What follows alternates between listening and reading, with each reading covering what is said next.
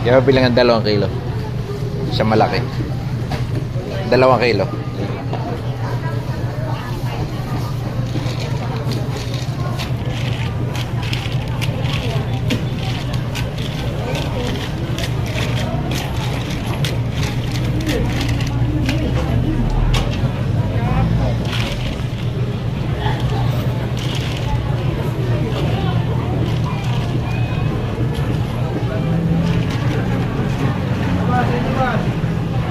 Tahong nating nabili, 2 kilo ito. 100 po yung kilo. Pinasukan na natin dahil lasing yata ito. I-adobo po natin yan, pakukuluan natin. Ayan, nagkukuluan siya. Tapos tatanggalin natin sa shell yan mamaya. Yan na po yung tahong natin.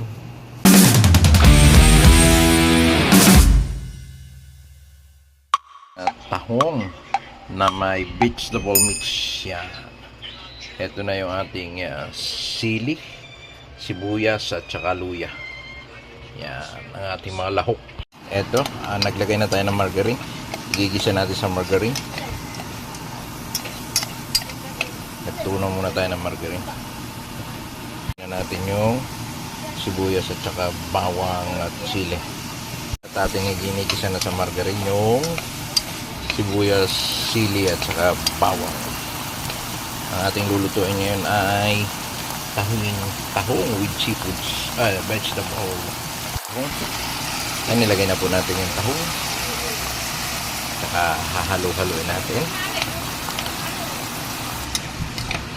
Yan. Wow! Adobong tahong with vegetable mix. Lagyan na natin ng oyster sauce saka toyo.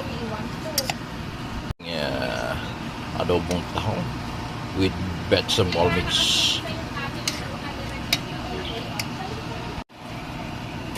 Ating adobong tahong.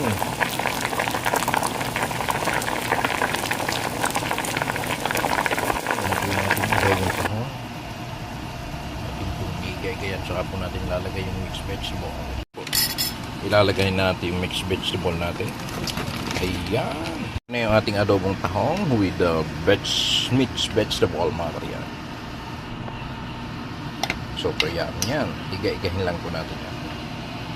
Nagkukuluan na ang ating adobong tahong with mixed vegetable, mga kariyan.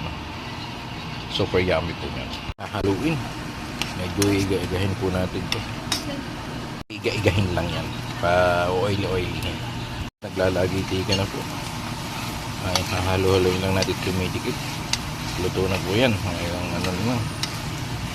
Yan ang ating adobong tahong na may vegetable mix. At super delicious. Parang parehas lang ha. Good morning, good morning. Luto na po yan. Luto na. Sabi mo,